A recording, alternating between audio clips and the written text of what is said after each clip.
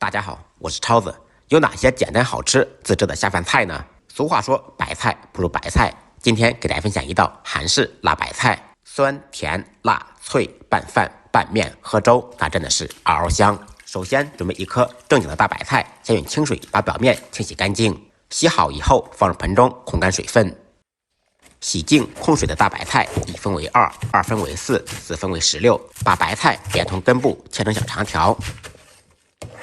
切好以后放入盆中，里里外外都涂抹上一层盐，把大白菜杀出水分。处理好以后放入盆中腌制2-3个小时左右。利用这个时间准备一下腌大白菜的小料：半个苹果清洗干净切成小块，1小块白萝卜同样清洗干净，1分为2， 2分为4，切成小块。再来少许韭菜切成小段。这些食材发酵以后都可以增加辣白菜的风味。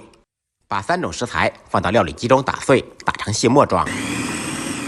打好以后盛出，放入碗中。辣白菜好吃的关键离不开这款辣椒酱，里面都是大厨按比例精心调制好的。以1000克大白菜为例，放入200克辣椒酱，10克白糖，甜度根据个人口味选择，用我的左手搅拌均匀。2-3个小时以后，大白菜就杀出水了。用凉白开或者矿泉水清洗2遍，洗掉多余的咸味。洗好以后，用手攥干水分，